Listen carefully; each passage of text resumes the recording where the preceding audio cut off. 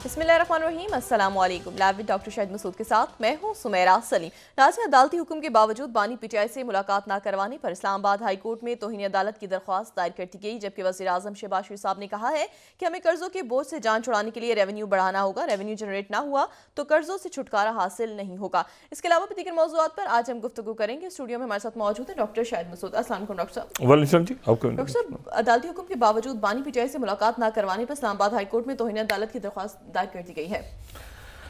देखें, ये तो अदालतों के मामला चल रहे हैं। मैं एक कॉन्टीन्यूस एक पॉलिटिकल टर्मोइल है पाकिस्तान में जो ख़त्म होता नज़र नहीं आ रहा, बावजूद इसके कि बहुत सी अच्छी ख़बरें भी हमारे पास आ रही हैं मईशत के हवाले से और आगे। लेकिन ये जो सियासी टर्मोइल है, ये जब तक ख़त्म नहीं होगा तो बाकी सारे मामला जो हैं वो एक तरफ रहेंगे और बशमूल सिक्योरिटी का जो क्राइसिस है। तो पॉलिटिकल टर्मोइल और सोशल अनरेस्ट को ख़त्म जितनी जल्दी हम करें उतना ज़्यादा मुनासिब होगा।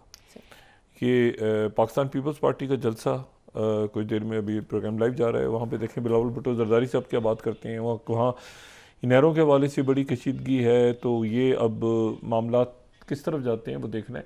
लेकिन ये है कि ये सोशल अनरेस्ट जो है ये अरूज पे है।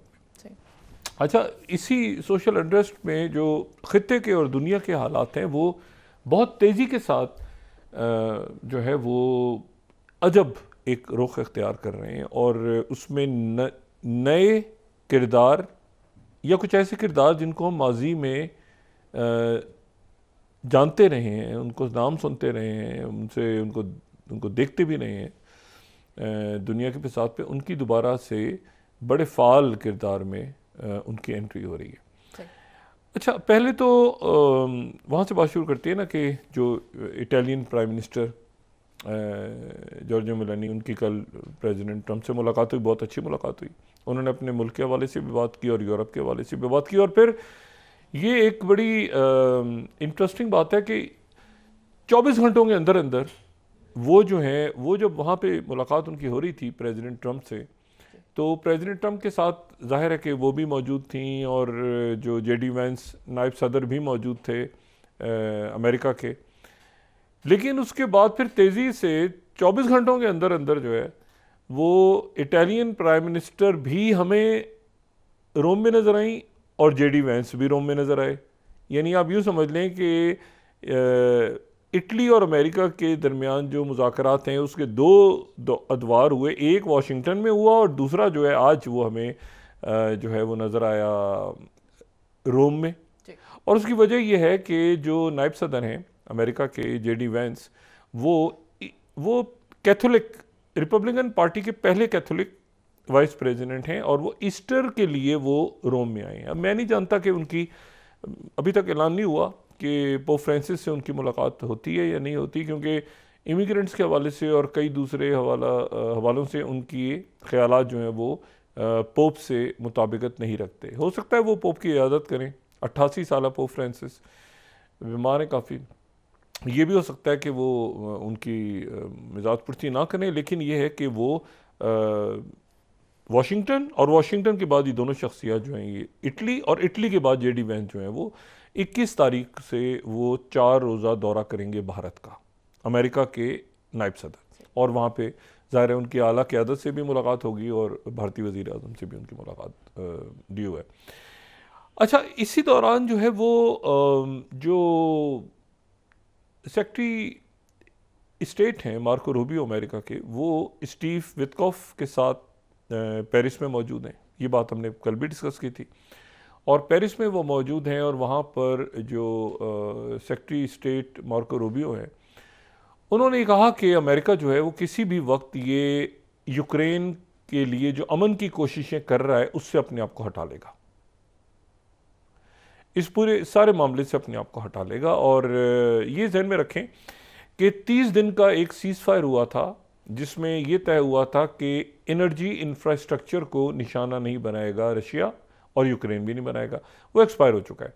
तो उसके बाद से जो रशिया के हमले हैं वो शदीद तर हो चुके हैं यूक्रेन पे। तो इस मरहले पे सेक्रेटरी रूबियो ने ये कहा कि हम जो हैं वो अपने आप को अलग कर रहे हैं और हम सोच रहे हैं कि अमेरिका अपने आप को ये पीस के मामलात से अलग कर ले, और फिर उसके बाद यूक्रेन जाने, रशिया जाने, जो भी जाने, और यूरोप जाने, हम अपने आप को अलग कर रहे हैं ये पीस की कोशिशों से। जैसे ही उनका ये ऐलान हुआ तो उसके कुछ ही देर के बाद जो ख़ातून हैं वहाँ की, जो वज़ीर ख़ज़ाना भी हैं यूक्रेन की, और वो उसके साथ साथ जो है वो यूक्रेन की जो हैं वो फर्स्ट वाइस प्रेसिडेंट भी हैं, और उनका जो नाम है वो है सिरिदेनक्यो, अगर मैं सही तरह से प्रोनाउंस कर रहा हूँ। ये उनकी जो है वो मईशत को भी देखती हैं, ट्रेड को भी देखती हैं, और उसके साथ जो है ये उनकी फर्स्ट डिप्टी प्राइम मिनिस्टर भी हैं। इन्होंने ये ऐलान किया कि इनकी जो है वो बात हुई है, बड़ी तवील इनकी गुफ्तगू हुई है, और इनकी गुफ्तगू अमेरिकन ऑफिशियल्स के साथ होने के बाद क्रिटिकल मिनरल्स के ऊपर मुआहदा तय पा गया, और यूक्रेन ने तकरीबन मुकम्मल तौर पे सरेंडर कर दिया है अपने क्रिटिकल मिनरल्स को। और ये जो है ये इस पे हतमी जो सिग्नेचर्स हैं उनके लिए जो यूक्रेन के वज़ीर आज़म हैं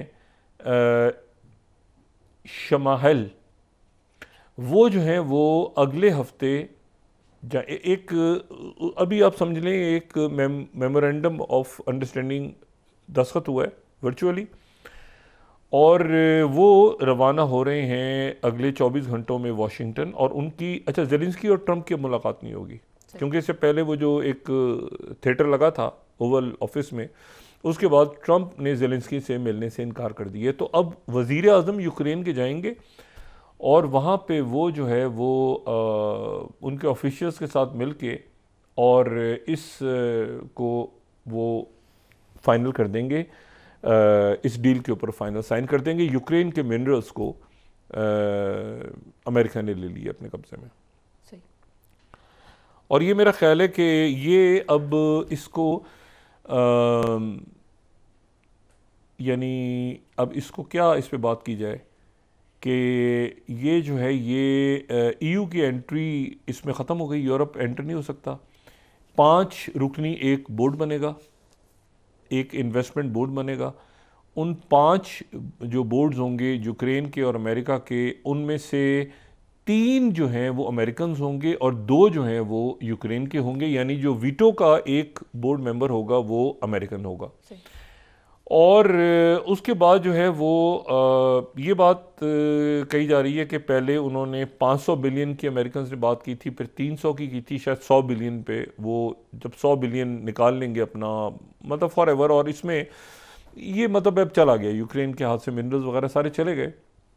और जो ये ड्राफ्ट है इसमें गैस भी है, इसमें मिनरल्स नहीं है, इसमें गैस भी है, इसमें ऑयल भी है, इसमें बहुत कुछ है। और प्लस ये कि जो 5 टेरिटरीज़ हैं जो कि रशिया के पास मौजूद हैं, जिसमें से 4 वो टेरिटरीज़ हैं जिन पे अब कब्ज़ा किया है उन्होंने रशिया ने पिछले 2 सालों में, और एक वो है जो कि क्रीमिया, वो भी जो है वो रशिया का मुस्तकिल तौर पे हिस्सा हो जाएगा। उसके बाद वो एक गैस की पाइपलाइन जो कि रशिया से यूक्रेन लेकर आती है, सॉरी रशिया से यूरोप लेकर आती है, वो पाइपलाइन जो कि यूक्रेन जिससे हमेशा पैसा वगैरह लेता था, वो सारा का सारा वो भी सरेंडर हो गया है, और वो सारा जो है वो अमेरिकन्स के पास चला गया। तो मेरा ख्याल है कि ये एक बहुत अजब आज तारीख का दिन है जब अमेरिका ने यूक्रेन के, जैसे वो दिन था ना जब यूक्रेन ने अपने न्यूक्लियर ख़त्म कर दिए थे, न्यूक्लियर उन्होंने कोल्ड वॉर के ख़ात्मे के बाद उन्होंने कहा था कि हमारा जो न्यूक्लियर है सारा वो हम हैंड ओवर कर रहे हैं।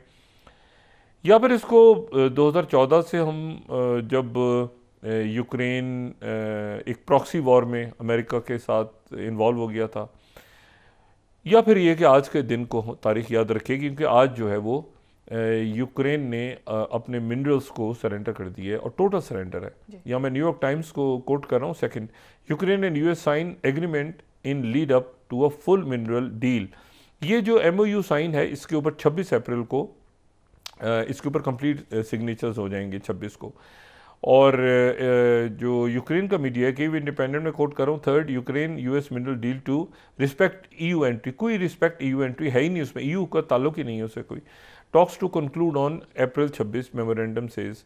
अब ये मेमोरेंडम जो है इसके मुताबिक तो कंप्लीट जो है वो सिग्नेचर्स हो गए हैं और एमओयू साइन हो गया है और बाकी जो है वो साइन हो जाएगा। ये टॉक्स शुरू होंगी 21 तारीख से, 21 तारीख से लेकर 26 तारीख तक इसको साइन ऑफ करना है। और साइन ऑफ करने के बाद जो है वो पहले तो मार्को रूबियो ने बड़ी शदीद उन्होंने हम हट रहे हैं इससे, फ़ौरन साइन हुए।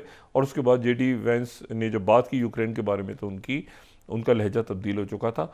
लेकिन बात जो है वो इम्पॉर्टेंट ये है कि अमेरिका ने उसमें 100 बिलियन कर दिया। ब्लूमबर्ग में खुद करूँ 8th US soften call for Ukraine to pay back aid in minerals deal talks। उन्होंने अब इसको ले गए हैं 100 बिलियन पे। पहले उन्होंने जो बात की थी वो बात की थी उन्होंने कि ये बात 300 बिलियन की बात की थी, 500 की थी एक्चुअली, फिर 300 पे आ गए थे, अब वो 100 बिलियन पे आके, लेकिन बाकी बहुत कुछ चूँकि ले गए हैं, अमेरिकन सारा ले गए हैं यूक्रेन से। तो इसलिए जो है ये अब 26 तारीख को जब ये साइन होगा तो उसके बाद ये टोटल सरेंडर है। और एक भयानक जंग ने एक बहुत अच्छे मुल्क को यूक्रेन, एक खूबसूरत मुल्क, उसको तबाह कर दिया, बर्बाद कर दिया, उसकी मईशत को भी और यूरोप के मुस्तकबिल को भी एक सवालिया निशान खड़ा कर दिया और दुनिया को भी एक सवालिया निशान के अब किस तरफ दुनिया जा रही है। तो न्यूयॉर्क पोस्ट ने भी इसको इस तरह से कोट किया, 10th US Ukraine mineral deal is back to be sign next week. ये वापस आ गई, ये साइन हो गया। लेकिन एमओयू तास इसको कह रहा है कि memo sign between 11th memo sign हो गया है बिटवीन यूक्रेन एंड यूएस और कोई सिक्योरिटी गारंटी नहीं है। इंपॉर्टेंट बात ये, सिक्योरिटी गारंटी इसमें कोई नहीं है, ठीक है। The document was sign on April 17। इसमें कोई सिक्योरिटी गारंटी नहीं मिली। जो मैं बात हमेशा से था कि यहाँ पर कोई फौज आ जाएगी, यहाँ पर उन्होंने कहा अमेरिकन कह रहे हैं जो हम होंगे तो ख़त्म हो गया ना मामला, हम इन्वेस्टमेंट करेंगे, हमारे लोग तो सिक्योरिटी है, हम पे थोड़ी अटैक करेगा रशिया, और हमारे इंजीनियर्स होंगे, हाँ असला वगैरह नहीं होगा, और बाकी हमारे लोग होंगे वहाँ पे, और अल्लाह खैर सल्ला, और बाकी आपको ज़रूरत क्या है वेपन्स को रखने की, या यूरोप का कोई मुल्क वहाँ पे जाए। वो तो कल कहा था ना दिमित्री मेदवेदेव ने कि यहाँ पर यूरोप की कोई फ़ौज आएगी तो वो अपने ताबूतों में जाएगी। तो उसके अगले चंद घंटों के अंदर जो है ये सारा का सारा जो है ये मामला निबट गया। और अब यूक्रेन जो है वो चूँकि उसने साइन कर दी हैं 909 बॉडीज़ थोड़ी देर पहले कीव को भेजी हैं रशिया ने, 909 बॉडीज़, डेड बॉडीज़ उनके सोल्जर्स की। और उसके साथ ही ये जो किस्सा है ये बहुत अजब से मरहले पे ख़त्म हुआ है, इस तरह से ख़त्म हो रहा है कि ज़ाहिर है कि अब वो और साथ ही आरटी ने कुछ देर पहले, क्योंकि प्रेशर बहुत बिल्ड हो रहा था, तो आरटी जो उनका रशियन टीवी है, उन्होंने ये कहा था कि अगली जो मूव है यूक्रेन की वो डिसाइसिव होगी, और अगर यहाँ पर बात अब ना हुई, ये पीस टॉक्स फौरन नहीं हुई, तो अब अगला जो मरहला आ रहा है यूक्रेन का वो एक डिसाइसिव होगा, वो बिल्कुल यूक्रेन को ख़त्म मतलब फ्लैट कर दिया जाएगा, क्योंकि अमेरिका भी हट रहा है पीस टॉक से, ये सब हट रहे हैं, और ये स्प्रिंग समर तक किस्सा नहीं जाएगा, ये मतलब आगे तक ये भूल जाएंगे आगे तक किस्सा जाएगा। हम तेज़ी के साथ जो है ये तमाम के तमाम जो हिस्सा है इसको हम लपेटे में ले लेंगे। अच्छा, एक बात ध्यान में रखें कि जो स्टीव विटकॉफ हैं उन्होंने कहा है कि ये टेरिटरीज भी चली गई यहाँ से, ये बात बड़ी इंपॉर्टेंट है कि टेरिटरीज भी उन्होंने कहा पार्शियली गई हैं, अभी हम शायद तस्लीम नहीं करेंगे वगैरह वगैरह, लेकिन ये चली गई हैं। और मैं ये जो 5 टेरिटरीज हैं, टास्क को मैं कोट कर रहा हूँ, 13th US एनवॉय सेज कि territorial issue could be partially dissolved in Russia's favour. Russia के फेवर में चले जाएंगे, उनको दे दिए जाएंगे, वो बाद में तस्लीम होते रहेंगे, कैसे तस्लीम होंगे कैसे नहीं होंगे क्या होगा, लेकिन ये टोटल सरेंडर। और फिर वॉल स्ट्रीट जर्नल ने भी पूरा guide to 5 reasons of Ukraine, ये 12 स्लाइड में उन्होंने नक्शे वक्शे दिखा के पूरा वॉल स्ट्रीट जर्नल ने कहा कि ये भी अमेरिका के लिए कोई इशू नहीं है, और अमेरिका ने ये भी उनके हैंड ओवर कर दिए, और ये जो है ये एटलीस्ट पार्शियली ऑक्यूपाइड रहेंगी और वगैरह वगैरह, ये सारा गया। लेकिन इसमें कुछ भी हाथ नहीं आया ना यूरोप के और ना ही मतलब ये एक ट्रेजिक एक ट्रेजिक स्टोरी है यूक्रेन की कि किस तरह से मुल्क जो है वो प्रॉक्सीज बनते हैं, उनकी क़यादतें गलत फ़ैसले करती हैं और किस तरह से मुल्क बर्बाद होके फिर वो मतलब बिल्कुल हमेशा के लिए अब वो एक कॉलोनी या तो रशिया की कॉलोनी है या वो अमेरिका की कॉलोनी है, इससे ज़्यादा उसकी कोई हैसियत नहीं है। और उनका जो CNN है, ये 7th में कोट कर रहा हूँ कि बहरहाल वो मीडिया भरा हुआ सारा, क्योंकि इस वक्त एक ऐसा अफसरदा सा माहौल है वहाँ पे कि ये सारा मामला, फिर मैं वहीं जा रहा हूँ कि चाइना जब ये लेकर आया था, पहली बात तो ये ईस्टवर्ड एक्सपेंशन की ज़रूरत नहीं थी यूक्रेन को और नेटो को। फिर उसके बाद जब चाइना अपना फार्मूला लेकर आया था तो काश उस बात को मान लिया जाता। सऊदी अरेबिया भी लाया था, ये अफ्रीकन यूनियन भी लाई थी, इवन ये इंडिया भी लेकर आया था प्रपोजल। ये कई मुल्क कोशिश कर रहे थे कि ये मामला इनका हल हो जाए दरमियान में, लेकिन ये है कि उस वक्त ज़ेलेंस्की साहब पता नहीं किन हवाओं में थे कि भाई यूरोप मेरे साथ खड़ा है तो मैं तो किसी बात करने को तैयार नहीं हूँ। कभी वो यहाँ जाते थे, कभी वहाँ पहुँच जाते थे, कभी वहाँ पहुँच गए, G7 के इजलास हो रहा है उधर पहुँच गए, G20 के इजलास में पहुँच गए। लेकिन ये अफसुर्दगी की बात है कि एक मुल्क जो है वो किस तरह से उसकी क़यादत जो है वो गलत फैसले करते और वो जनाब कांग्रेस में कभी खड़े हैं, कभी यूनाइटेड नेशन में खिताब कर रहे हैं, कभी कहीं कर रहे हैं, आखिर में टोटल डिज़ास्टर और उनके मिनरल्स जो हैं वो लेके चले गए। जब मैं यहाँ पर एक और शख्स को का मैं आज तज़किरा करता हूँ, और वो एक शख्स है, उसका नाम है मसाद बॉलस। ये मसाद बॉलस जो हैं ये इनका ताल्लुक लेबनान से है। ये लेबनीज़ निज़ाद अमेरिकन है, ठीक है, और बड़े एक कारोबारी शख्स हैं और ट्रंप के दोस्त हैं, और ना सिर्फ दोस्त हैं बल्कि ट्रंप के समधी हैं। ये जो टिफ़नी उनके ये सुसर हैं जो ट्रंप की साहबजादी हैं, और ये जो है इनके बड़े बिजनेसेस हैं, बड़े कामयाब कारोबारी शख्स हैं, और ख़ास तौर पे इनके बिजनेस जो नाइजीरिया में बहुत है। अब ये जो है ये इनको ट्रंप ने जो है वो अफ्रीका का मुआवन ख़ुसूसी नुमाइंदा ख़ुसूसी नामज़द किया, जैसे कि स्टीव वित्कॉफ को उन्होंने मशरिक़ वस्ता का किया था। बहरहाल स्टीव वित्कॉफ इतने अहम है कि वो ईरान के भी मामलात में भी, रशिया के भी, मशरिक़ वस्ता वो सारा। लेकिन मैं अभी बात आगे बढ़ाने से पहले ज़रा ये मसाद बॉलस को मैं इस पूरी कहानी में आज हम एंटर करते हैं, जो हम रोज़ ये जो इस वर्ल्ड वॉर 3 को हम कवर कर रहे हैं या बड़ी जंग को कवर कर रहे हैं, तो उसमें इस नए किरदार को हम एंटर करते हैं। तो ये बहरहाल उनके समधी हैं और इनको अफ्रीका की जिम्मेदारी दे दी, और इन्होंने अफ्रीका में ये कहा कि बड़ा मुश्किल टास्क दिया। एक बड़ा इम्पॉर्टेंट मुल्क है अफ्रीका में, सेंट्रल अफ्रीका में, और वो है डेमोक्रेटिक रिपब्लिक ऑफ कॉन्गो। ये सेंट्रल अफ्रीका में है, और ये चारों तरफ से अगर इसको नक्शे में आप देखें तो ये जो है इसके एक तरफ साउथ सूडान है, एक तरफ इसके जो है वो अंगोला है, फिर एक तरफ तंजानिया है, ये बुरुंदी है, ये सारे चारों तरफ से जो है वो। अच्छा, एक दूसरा वेस्टर्न कॉन्गो भी है ना, एक तो डेमोक्रेटिक, ये DR कॉन्गो जो है ना, ये डॉक्टर कॉन्गो नहीं है, ये डेमोक्रेटिक रिपब्लिक ऑफ कॉन्गो है, ठीक है ना। तो बराए करम इसको डॉक्टर कॉन्गो ना कहा जाए। अच्छा, तो ये जो है ये डेमोक्रेटिक रिपब्लिक कॉन्गो है और दूसरा कॉन्गो है, और तो ये दरमियान में और साथ उसके। अब इम्पोर्टेंस ये है कि ये इनकी खाना जंगी चल रही है रुवांडा के साथ, और रुवांडा के साथ इनकी खाना जंगी। अच्छा, ये 1995-96 से ये पूरा जो इलाका है, ये इलाका जो है खाना जंगी का शिकार है, और यहाँ पर जो भी कॉन्गो के अंदर कोई पपेट सी गवर्नमेंट बैठी होती है, अमेरिकन या वेस्ट, उसको सपोर्ट करते रहते हैं, और वो आगे से जेनोसाइड करते हैं और रवांडा का जेनोसाइड तो एक तारीख का बहुत बड़ा अलमी है।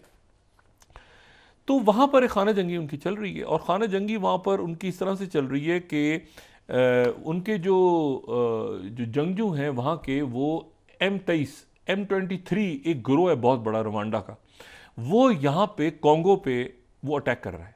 लेकिन वो एक ग्रुप नहीं है, एक तो बड़ा ग्रुप है, उसमें कई हज़ार रवांडा के फौजी हैं, और वो कॉन्गो से उनकी लड़ाई हो रही है, और उनको, लेकिन वहाँ एक इस ग्रुप के अलावा कुछ 100 दूसरे ग्रुप भी हैं जो कॉन्गो में लड़ रहे हैं। अब आप सोचें कि मैं कहाँ से पहुँच गया ये अचानक यूक्रेन को छोड़ के। तो मैं वापस यूक्रेन पे आता हूँ, लेकिन आप ज़रा ये पहले सुन लें कि यहाँ होगा क्या है और होने क्या जा रहा है। अब जनाब ट्रम्प साहब ने अपने समधी को कहा कि बड़ा मुश्किल टास्क दिया। उन्होंने कहा ऐसा है कि कॉन्गो और रुवांडा के दरमियान सुलह कराओ। तो जनाब इनके समधी जो हैं वो पहले पहुंचे कॉन्गो, डेमोक्रेटिक रिपब्लिक कॉन्गो, और फिर वो पहुंचे उसके बाद वो रुवांडा, और उन्होंने वहाँ पर बातचीत शुरू की कि ये ख़त्म करो, ठीक है ना, लड़ाई माफ़ करो, दोस्ती करो, वगैरह वगैरह वगैरह, लारा लपा दिया। और उसके नतीजे में उन्होंने ये कहा कि आखिर में उन्होंने मुतालबा किया अमेरिका ने कॉन्गो से कि रुवांडा से कि आप उनकी M23 रेबल्स हैं, बागी हैं, उनको सपोर्ट करना उनको बंद कर दे। ये मैं 16 ब्रसेल्स टाइम्स को कोट कर रहा हूं। US demands immediate halt to Rwandan support for M23 rebels, ठीक है। और फिर उसके बाद ये है कि Associated Press 17th US official reaffirms Washington commitment to peace in East Africa during Rwanda's visit, ठीक है। मतलब रवांडा का विजिट और ये कॉन्गो के साथ इनकी जंग बंदी बहुत ज़रूरी है। लेकिन इतनी मोहब्बत क्यों जाग गई अचानक कॉन्गो के लिए? कॉन्गो दुनिया में जो क्रिटिकल अर्थ मिनरल्स हैं, रेयर अर्थ मिनरल्स, कोबाल्ट सबसे ज़्यादा दुनिया में कॉन्गो में मौजूद है। तो रेयर अर्थ मिनरल्स का एक मुआहदा कॉन्गो में हो गया है, ठीक है, और उसमें कामयाब हो गए हैं। रेयर अर्थ मिनरल्स के उस मुआहदे को साइन करने में एक यूक्रेन और एक कॉन्गो, दो जगहों पे।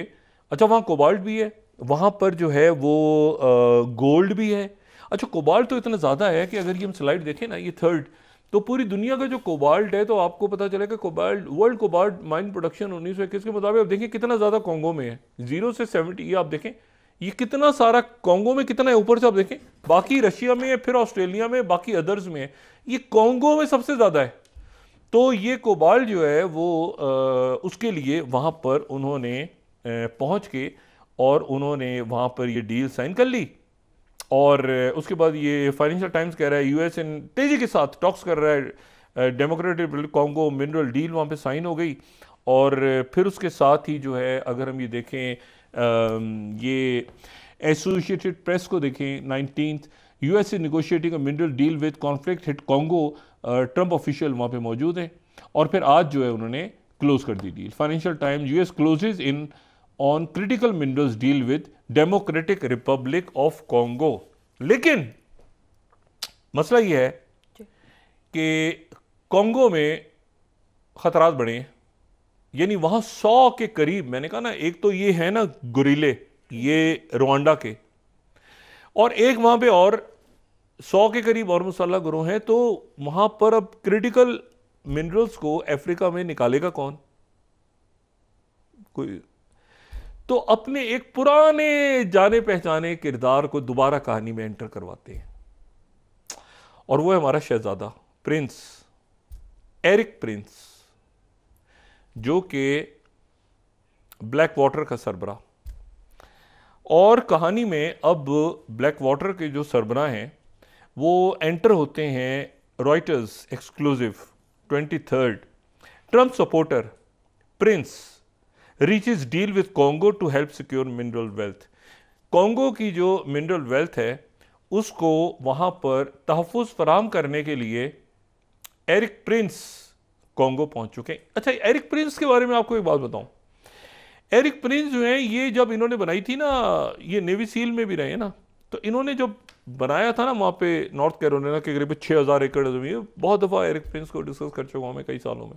इनके ब्लैक वाटर के लोगों से मुलाकात भी हुई है। ब्लैक वाटर के लोग ये इराक में घूमते थे, तो शुरू में 2003 में तो हमें पता ही नहीं चला कि भाई ये ब्लैक वाटर, हमने कहा ये, वो कहते हैं हम सर्विस प्रोवाइड करते हैं, सर्विस प्रोवाइडर हैं, आपको गाड़ी की ज़रूरत हो, आपको ये हो वो हो, फलाना और ढिमाका।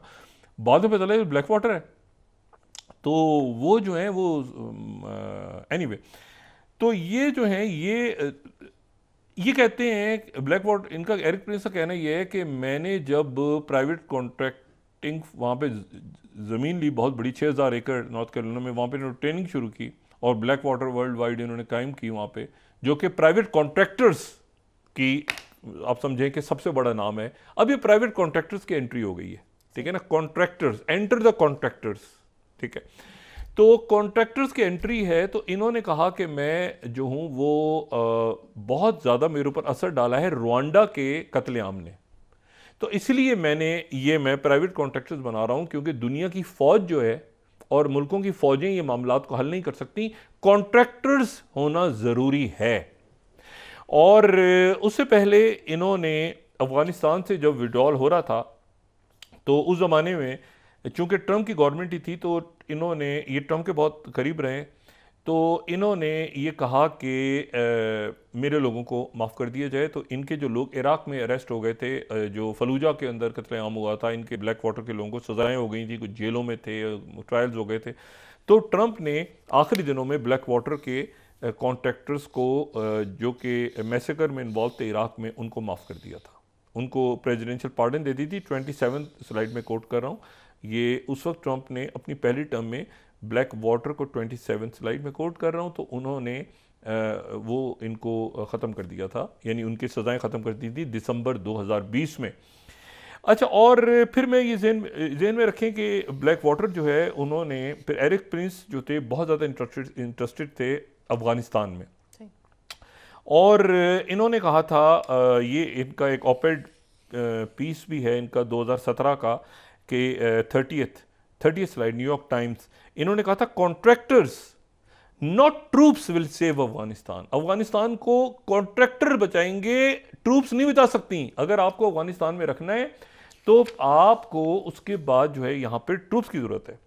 अच्छा, अब फिर उसके बाद 2018 में जब अफगानिस्तान के हालात मजीद ख़राब होने शुरू हो गए, तो 29 मैं न्यूयॉर्क टाइम्स कोट कर रहा हूँ दोबारा, Afghanistan phrase Blackwater founder Erik Prince everywhere, Erik Prince is everywhere, हर जगह एरिक प्रिंस मौजूद थे 2018 में।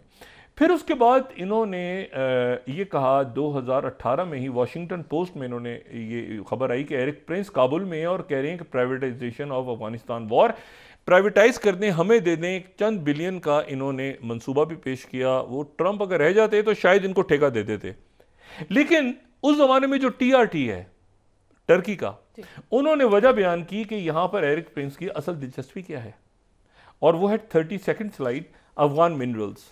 इस खत्ते के जो मिनरल्स हैं, तो उस ज़माने में फिर ये TRT वर्ल्ड ने लिखा कि the founder of the notorious and now defunct Blackwater has been making headlines, क्योंकि वो जो है वहाँ से मिनरल्स निकालना चाह रहा है इस पूरे खत्ते से। अच्छा, फिर उसके बाद यहाँ से जब जहाज़ जा रहे थे, तो उसके बाद ये हुआ कि वो $6,500 पर सीट भी मांग रहा था, क्योंकि बाइडेन दौर आ गया था, तो ये कह रहा था वहाँ से निकालता हूँ। तो याद होगा हमने डिस्कस भी किया था कि एरिक प्रिंस ऑफर कर रहा है कि भाई ये जो यहाँ से विड्रॉल हो रहा है, तो जहाज़ मेरे मौजूद हैं, लेकिन $6,500 में पर पर्सन चार्ज करूँगा, ये जब यहाँ से एग्जिट हो रहा था अमेरिकन का। एरिक प्रिंस काफ़ी दिनों से फ़ाल हैं, और मैं ये बताऊं काफी दिनों से एक्टिव हैं, ट्रंप के बहुत पास हैं। ये जितने लोग डिपोर्ट हो रहे हैं ना अमेरिका से, जितने लोग डिपोर्ट, जिनको जंजीरें बांध के, किसी को इंडिया, किसी को वो वेनेजुएला, किसी को एल साल्वाडोर, किसी को इधर, ये काम एरिक प्रिंस के कॉन्ट्रैक्टर्स कर रहे हैं। ये काम जो है, ये कुछ काम तो चलें पेंटागन के लोग हैं, फौजी आगे पीछे दाएं बाएं, लेकिन इसमें इस पूरे काम में जो असल इन्वॉल्वमेंट है वो एरिक प्रिंस की है। अब कहते हैं ना वो जहाज़ों में जंजीरें बांध के लोगों को लाया जा रहा है, फलाने मुल्क डिपोर्ट किया जा रहा है, वो एरिक प्रिंस को शौक है, क्योंकि एरिक प्रिंस पैसे लेता है हर चीज़ के। अगर तो अमेरिकन ट्रूप्स होंगे तो वो तो ट्रूप्स अपना ड्यूटी कर रहे होंगे ना, एरिक प्रिंस पैसे लेता है। एक मैंने आदमी को डिपोर्ट किया है फलाने मुल्क, उसके पैसे, दूसरे को डिपोर्ट किया उसके पैसे, वो एक बिजनेस का खेल चल रहा है डिपोर्टेशंस के पीछे। और मैं आपको यहाँ पर सिर्फ ये जो है ये बात कोट कर रहा हूँ यहाँ पे, ये CNN, एक तो मार्च का 34th, ठीक है, और ये रिटर्न ऑफ एरिक प्रिंस और नोटोरियस कॉन्ट्रैक्टर, ये इनसाइड कैंप में दोबारा आ चुके हैं। और दूसरी जो बात है वो ये ध्यान में रखें कि ये इंडिपेंडेंट बरतानिया का मैं कोट कर रहा हूँ, 28 military contractors link to controversial Blackwater want civilian army detention camp to run deportation plans. वो ये कहते हैं भाई कि आपकी यहाँ लोग आपके ख़राब होंगे, मतलब ये काम आप हमें दें कि हम यहाँ पर उनको कैसे पकड़ना है, छापे मारने, उठाना है, किसी मुल्क में छोड़ के आना है, जहाज़ कौन सा जाएगा। ये जहाज़ जो फ्लाई करते हैं आपको नज़र आ रहे हैं ना, ये अमेरिकन एयरफोर्स या इन पे कुछ लिखा नहीं है, ये एरिक प्रिंस के जहाज हैं। ये जो फलाने वेनेजुएला उतर गया, फलाना इंडिया उतर रहे हैं, उधर उतर रहे हैं, ये प्राइवेट कॉन्ट्रैक्टर्स को आउटसोर्स किया हुआ है और ये पैसा बना रहे हैं प्राइवेट कॉन्ट्रैक्टर्स। अच्छा, इनके इलॉन वगैरह से भी इनसे उधर उधर जाहिर है अच्छे, क्योंकि एक बिजनेस है ना बहुत बड़ा। भाई कहाँ से अमेरिका की एयरफोर्स जाएगी, वो जो वो जाके वेनेजुएला में छोड़ के आएंगे, एल साल्वाडोर में छोड़ के आएंगे। तो ये जो स्टोरी है ना इंडिपेंडेंट की, कि मिलिट्री कॉन्ट्रैक्टर्स को लिंक टू कॉन्ट्रोवर्शियल, दोबारा देखें 28th, military contract link to controversial Blackwater. वो चाहते हैं कि सिविलियन मिलिट्री डिटेंशन कैंप्स भी उनको रन करें और डिपोर्टेशन प्लान्स भी हो। तो इन्होंने ये ठेके वेके ले लिए हुए काफ़ी दिनों से, और ये कई जगहों पे जो आपको ये लोग नज़र आ रहे हैं और ये उठा रहे हैं, तो ये उनके कॉन्ट्रैक्टर्स हैं। तो अब आप ये ध्यान में रख लें कि कॉन्ट्रैक्टर्स की वापसी हो गई है, और ये अरब स्प्रिंग के दौरान ये बहुत एक्टिव हो गए थे। खलीजी रियासतों में कई हुक्मरान जो हैं, आला शख्सियात की सिक्योरिटी में भी ब्लैक वाटर एरिक प्रिंस से इन्वॉल्व हो गए थे। अब लेकिन कॉन्गो पहुंच गए हैं, अफ्रीका। अच्छा, और एक ध्यान में रखें, एक ज़माना ऐसा आया था अमेरिकन से नाराज़ हो गए थे, तो इन्होंने फिर बयान होता है कि ये पुतिन के भी करीब हो गए थे, और वैगनर ग्रुप को भी इन्होंने ट्रेन किया इनके लोगों ने। ये मतलब ये जो है ना, ये मतलब ये भी एक आप समझ लें एनवीडिया की तरह का, या कोई जो है ना एक मल्टी नेशनल है जो हर जगह पर अपनी खिदमत सर अंजाम देने को तैयार हैं, बशर्ते ये कि पैसा अच्छा मिले। तो अभी ये ट्रम्प की टीम के साथ हैं, वैगनर ग्रुप को भी ट्रेन कर चुके हैं। एक ज़माने में ये था कि चाइना के साथ भी बात कर रहे थे ये। तो अब जरा वक्फा लें, उसके बाद बात करते हैं। लेकिन कहानी में अब कॉन्ट्रैक्टर्स की आमद हो गई दोबारा। जी नाज़रीन, वापस आते हैं छोटे से ब्रेक के बाद।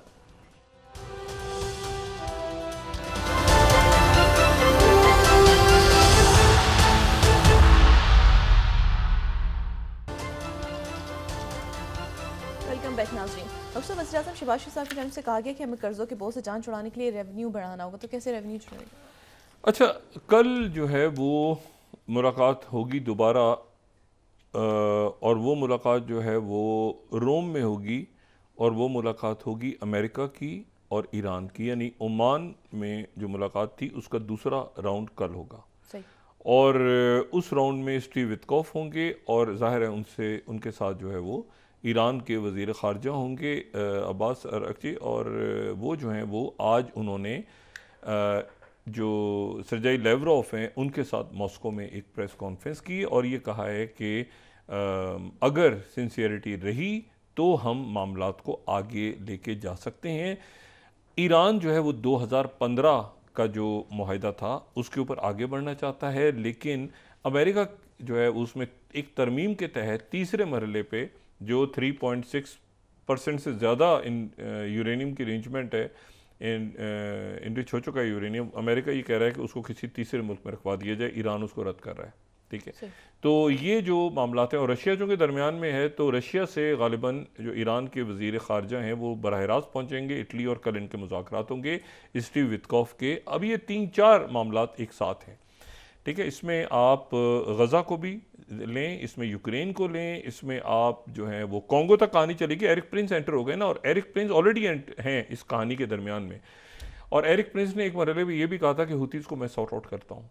ठीक है, तो लेकिन वो प्लान चेंज हो गया ईरान के हवाले से, लेकिन 74 हुतीज़ को आज जो है वो निशाना बनाया है, और वहाँ से जहाँ भाग होने की इतलात है। अमेरिकन ने हिट किया है यमन के मुख्तलिफ इलाकों को, और जवाब में हुतीज़ ने जो है वो मिज़ाइल फायर किए हैं, और उनके जो मिज़ाइल हैं उसके नतीजे में इसराइल का बहुत बड़ा हिस्सा इस पर लरज़ रहा है। तल अवीव में सायरन बज रहे हैं, कई तो हुतीज़ ने अटैक किए, और उनके बयान ये हो रहा है कि 74 जो लोग हैं उनके वो आज जहाँ बहक हो गए अमेरिकन के अटैक के नतीजे में।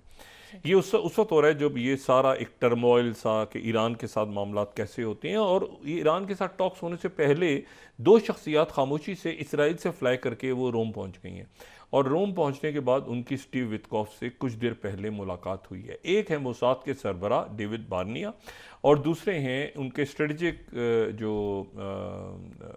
स्ट्रेटेजिक अफेयर्स के जो मिनिस्टर हैं रॉन दर्मर और डेविड बार्निया, दोनों इसराइल से फ्लाई करके पहुँचे हैं पेरिस। वो पहुँचे हैं यहाँ पे जो रोम में, और वहाँ पर उनकी मुलाकात जो है वो हुई है स्टीव वित्कॉफ के साथ।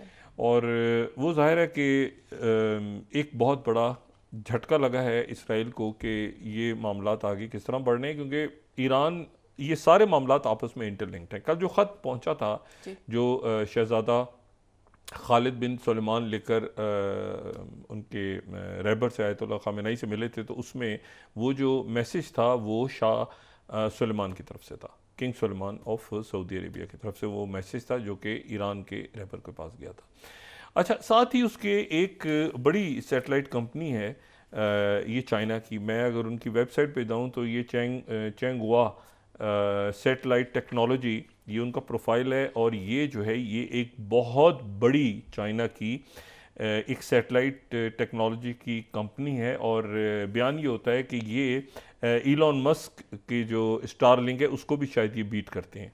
ठीक है, 52nd ये इनका कंपनी प्रोफाइल बड़ा इंटरेस्टिंग है और ये बहुत आगे सैटेलाइट की दुनिया में ये बहुत आगे जा चुके हैं। ये जो कंपनी है ये चाइना की सैटेलाइट कंपनी है और दुनिया की चंद बेहतरीन कंपनीज में से ये कंपनी है और ये उसकी कंपनी प्रोफाइल है, ये उनका सारा मामला।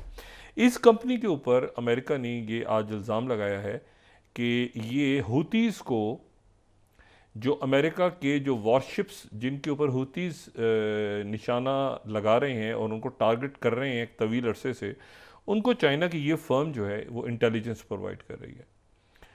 अच्छा, ये जो मामला है ये है ज़रा संजीदा इस लिहाज से कि क्या ये कोल्ड वॉर जो है ये एक हॉट वॉर में तब्दील हो गई है। अगर मैं इसकी, अच्छा, ये फाइनेंशियल टाइम्स को कोट कर रहा हूँ, यूएसए के Chinese companies helping हुतीज़ target American warships. सवाल ये है कि ये एक बड़ा ख़तरनाक इल्ज़ाम है और साथ ही जो है ये ज़हन में रखें कि एक वक्त में तकरीबन 2 साल पहले इन्होंने ये कहा था, बल्कि 2024 में भी कहा था, मेरा ख्याल है 2023 में भी कहा था कि ये जो कंपनी है चाइना की जो बड़ी सैटेलाइट फर्म है, ये जो है ये वैगनर ग्रुप को मुख्तलिफ जगहों पे ये जो है ये इंटेलिजेंस सपोर्ट कर रही है। ये मैं यहाँ कोट कर रहा हूँ, फ्रांस 24 54th स्लाइड के Chinese firm sold satellite for intelligence to Russia's Wagner group. और उसके बाद फिर वॉइस ऑफ अमेरिका ने 55th स्लाइड अगर हम दिखा सकें तो इल्ज़ाम लगाया था कि Russian Wagner mercenary group acquired Chinese satellites that help with Africa and other operations. अब यही जो कंपनी है इसको अमेरिका ने कहा है कि ये हुतीज़ को की हेल्प कर रही है अमेरिकन वॉरशिप्स पे अटैक करने के लिए। चाइना की तरफ से सख्ती से इसकी मजम्मत हुई है और जो प्रीमियर शी हैं वो अपना दौरा कंप्लीट करके वापस पहुँचे हैं, जो 3 मुल्कों को दौरा उन्होंने किया है। और इसी दौरान जब कल ये बात कर रहे थे ना, प्रेसिडेंट ट्रंप बैठे हुए थे इटालियन प्राइम मिनिस्टर के साथ, तो उन्होंने कहा कि ये चीज़ें बड़ी महंगी हो रही हैं और मैं एक अच्छी डील चाहता हूँ चाइना के साथ, ये टिट फॉर टैट ज़्यादा से चल नहीं सकता। तो उन्होंने अपना लहजा नरम किया कि ये ट्रेड वॉर बहुत, मैं देखिए महंगाई भी आ रही है, शी जिनपिंग भी समझते होंगे इस बात को, गोलमोल करके उन्होंने मुख्तलिफ जो बंदरगाहें हैं, पोर्ट्स, उनके ऊपर फीस और बढ़ा दी जहाज़ों के लिए। के साथ ही उन्होंने ये इंडिकेट रात को किया कि मैं ताल्लुकात अच्छे चाहता हूँ, ये टिट फॉर टैट ज़्यादा अरसे चल नहीं सकता।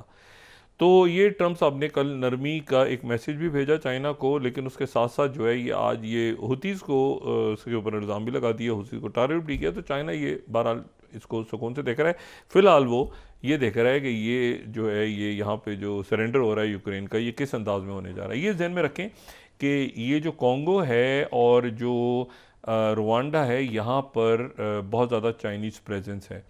उनकी फ़ौजें नहीं है लेकिन उनके कॉन्ट्रैक्ट्स हैं और ये बेल्ट एंड रोड और ये पूरा अफ्रीका का। और ये भी ध्यान में रखें कि वहाँ पे वैगनर ग्रुप और रशियन प्रेजेंस भी बहुत ज़्यादा है। तो ये, लेकिन मेरा देखें, एरिक प्रिंस चूँकि एक ज़माने में पुतिन के साथ भी और चाइना के साथ भी डील करते रहे, मैं नहीं जानता कि क्या ब्लैक वाटर उनसे तो मुसल्लह ग्रोहों से तो लड़ेगा, लेकिन क्या ये कभी वैगनर ग्रुप के सामने आएगा?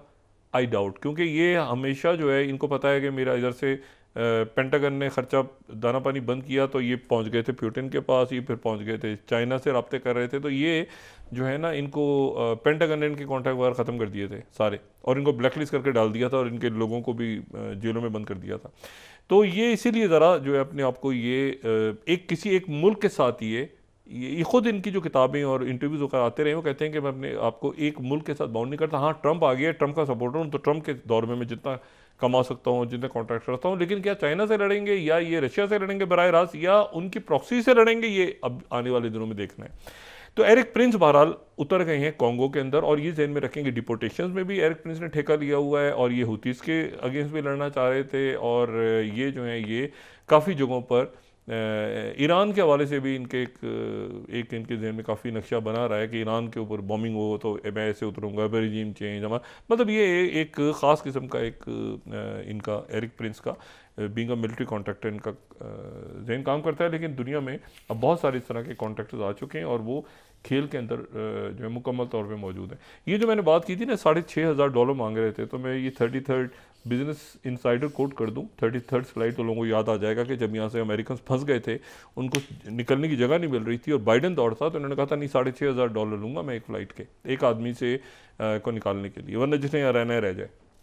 अच्छा, अब इशू ये है कि कल ये मुज़ाकरात होंगे ईरान के साथ। हमास आज उन्होंने अपना एक फ़ाइनल मैसेज दे दिया इसराइल को कि हमें सिर्फ उस सूरत में हम सीज़ फायर पे तैयार होंगे जब हम सारे कैदी छोड़ने को तैयार हैं, यरगमाली छोड़ने को तैयार हैं, और आप जितने हैं उनको छोड़। अच्छा, इसराइल की तरफ से प्रपोजल ये गया था कि 10 आप छोड़ दें, और उसके नतीजे में 1231 जो कैदी हैं फ़लस्तीनी, 1231 वो हम रिहा कर देंगे, और 45 दिन का एक सीज़ फायर आ जाएगा, और आप 10 करके और एक मरले पे और बाकी, और इस तरह।